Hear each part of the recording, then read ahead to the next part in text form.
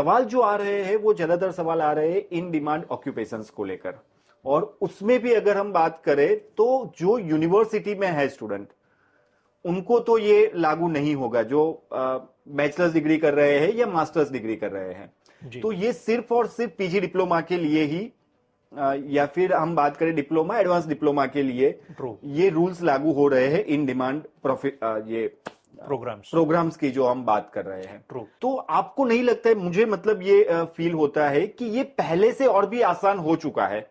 मतलब अगर मुझे हॉस्पिटैलिटी में जाना है, फिल्म मेकिंग में जाना है, तो डेफिनेटली मैं यूनिवर्सिटी में चला जाऊंगा और उसके बाद मुझे पोस्ट ग्रेजुएट वर्क परमिट मिल जाएगी, तो उससे मुझे कोई दिक्कत नहीं है अगर मैं बैचलर्स या मास्टर्स करने के लिए जा रहा हूं। जी। लेकिन अगर मुझे पीजी डिप्लोमा प्रोग्राम करना है जो कि ज्यादातर स्किल बेस्ड ही रहते हैं, तो वहां पे मुझे अगर मेरा प्रोग्राम वो 966 में नहीं आ रहा है, तो यहां से ही जब मैं इंडिया से ही जा रहा हूं तब क्लैरिटी मेरे पास बहुत ही अच्छी तरीके से मिल जा रही है। लेकिन बात सर यहां पे ये आती है कि एक और जहां पे कनाडा को ज्यादा से ज्यादा इमिग्रेंट्स चाहिए, क्योंकि इमिग्रेशन प्लान में तो उन्होंने कोई चेंज नहीं किया है, बिल्कुल, और ज्यादा स्किल टैलेंट उन्हें चाहिए, और उसके सामने ये जो कुछ रिस्ट्रिक्शन आ रहे हैं, तो मीडिया में कुछ इस तरीके से हाईलाइट किया जा रहा है कि अभी कनाडा को स्टूडेंट की जरूरत नहीं है। तो ये कितना सही है और कितना गलत है? सर मीडिया में तो बहुत कुछ हाईलाइट हो रहा है और जितना हाईलाइट हो उतना कम है। But students who are studying in Canada at ground level, you get to see different visuals every single day के एक वेटर की पोस्ट के लिए इतने स्टूडेंट्स अप्लाई करो, और वो सच भी है, वो गलत नहीं है।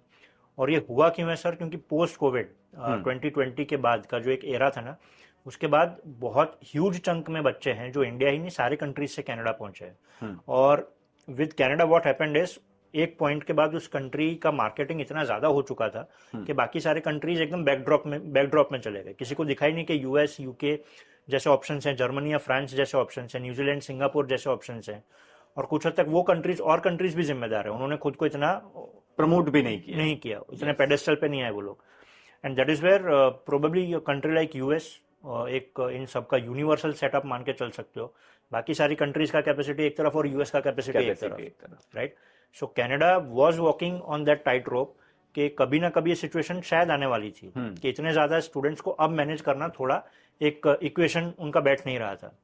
And that is where it is true that Canada wants immigrants, but immigrants के आगे ना अब सर एक एडजेक्टिव जुड़ गया है, क्वालिटी इमिग्रेंट्स। ओके, अब उनको ऐसे लोग चाहिए जो आए स्किल्ड लेबर कैटेगरी में, लॉन्ग टर्म जो नीड है कनाडा की उसमें खुद को आइडेंटिफाई कर सके और कुछ ऐसा कंट्रीब्यूट कर सके जिसकी कनाडा की इकोनॉमी को जरूरत है। सो जो जेनेरिक फील्ड्स हैं ना, जैसे टिपिकल क्लरिकल जॉब्स वाले जो है, लाइब्रेरियन वाली पोस्ट है, बिजनेस मैनेजर है, ये धीमे धीमे थोड़ा कम होगा। ओके, और ये जो फेज है ना सर, ये भी टेम्पररी है, just like all other immigration cycles that we have witness for Canada. क्योंकि हमने कनाडा को उस फेज में देखा है जब स्टूडेंट पार्टनर्स प्रोग्राम एसपीपी चला करता था। उसके बाद से अब तक इतने चेंजेस आ चुके हैं कि सर उसका मतलब डॉजियर बन सकता है, इतने चेंजेस हैं ये। Okay, correct. So with the recent changes, Canada wants immigrants, but it wants quality immigrants. So from this point, anyone who is applying for a study permit or student visa in layman terms after 1st November or on 1st November 2024 should bear in mind कि अब I have to be the best of the lot. ये एक phrase है constantly जो सारे ही आपके questions का answer है। You will have to be best of the lot. You simply cannot consider Canada as just another destination globally जहां मैं जाऊंगा, आराम से पहुंच जाऊंगा, आराम से पीआर का मेरा पाथवे क्लियर हो जाएगा, आराम से भी होगा। बट अगर आप उनकी जो लिस्टेड फील्ड्स हैं, 966 ऑक्यूपेशंस की जो आपने बात की, canada.ca पर इजीली अवेलेबल है, बच्चे चाहें तो वो CIP 2021 अगर इसको भी गूगल करेंगे तो भी बच्चों को लिस्ट मिल जाएगा कि कौन कौन से ऑक्यूपेशंस हैं। काफ़ी कॉलेजेस हैं सर जिनके ईमेल्स आने स्टार्ट हुए हैं जिसमें वो अपने प्रोग्राम्स को भी रीस्ट्रक्चर कर रहे हैं, रिवाइज कर रहे हैं, ताकि वो इन कैटेगरीज में फॉल कर सकें, right?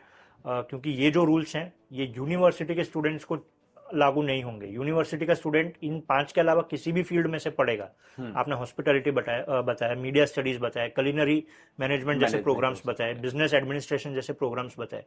So if you pass out of these programmes from a university, आपको कोई फील्ड ऑफ स्टडी का रिक्वायरमेंट बाधित नहीं करेगा।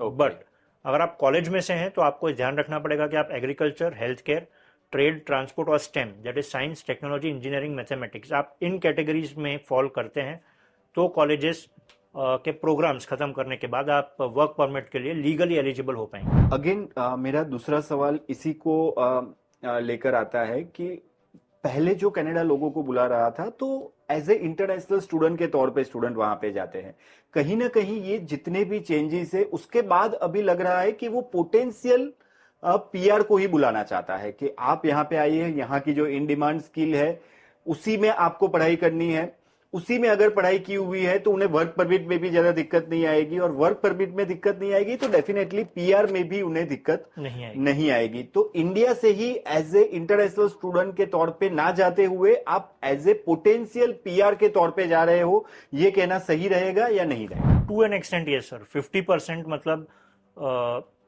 कनाडा ही आपका रास्ता, आपकी राह आसान कर रहा है। वो आपको ऐसे ही प्रोग्राम्स में बुला रहा है जो कि इवेंचुअली, जैसा आप इक्वेशन समझा रहे हैं, कि लॉन्ग रन में आप पीआर के लिए, उससे पहले वर्क परमिट के लिए एलिजिबल हो पाएंगे। So you will be choosing programmes जो अब आपको क्वालिफाई करेंगे, आपको रियल सेंस में क्रेडेंशियल प्रदान करेंगे। और sorry to use this term, but कोई टॉम डिक हैरी कैटेगरी के प्रोग्राम से अब बच्चा पास आउट नहीं होगा, उन्हीं प्रोग्राम्स में होगा जिसकी रिक्वायरमेंट है। So it is weighing quality against quantity, and certainly when you weigh quality against quantity, numbers will go down. ये एक शॉक एब्जॉर्ब करने का फेज है हम सबके लिए, शायद 2 इंटेक 3 इंटेक ये फेज आएगा। और ये भी मैं अश्योर करूँ स्टूडेंट्स को, सर ये कोई लास्ट सेट ऑफ चेंजेस नहीं है, इसके बाद भी चेंजेस होंगे। क्योंकि जब 22 जनवरी अर्लियर दिस ईयर बहुत major set of changes Canada ने इंट्रोड्यूस किए थे, हमने जब इन हाउस डॉक्यूमेंट बनाया था वो 5 से 6 पेज का डॉक्यूमेंट बना था, वो भी सिर्फ समरी थी उसकी, करेक्ट। सो वो जो चेंजेस थे उसमें कई दफा उन्होंने कहा था कि और इसमें टाइम एंड अगेन अलग अलग फेजेस में अमेंडमेंट्स आते रहेंगे। सो अभी भी साल के 3 महीने हैं और चेंजेस आ सकते हैं। सो स्टूडेंट्स को ये चेंजेस से घबराने की जरूरत नहीं है।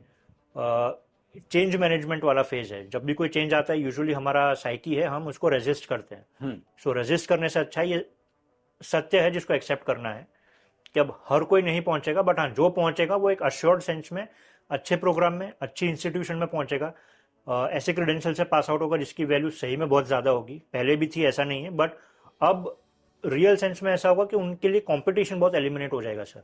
ओके जो लोअर स्ट्रेटा का कंपटीशन था, जो पार्ट टाइम और फुल टाइम जॉब्स में काफी कंपटीशन दे रहा था उनको, चाहे या अनचाहे तौर पर, वो अब बहुत ज्यादा एलिमिनेट हो जाने वाला है।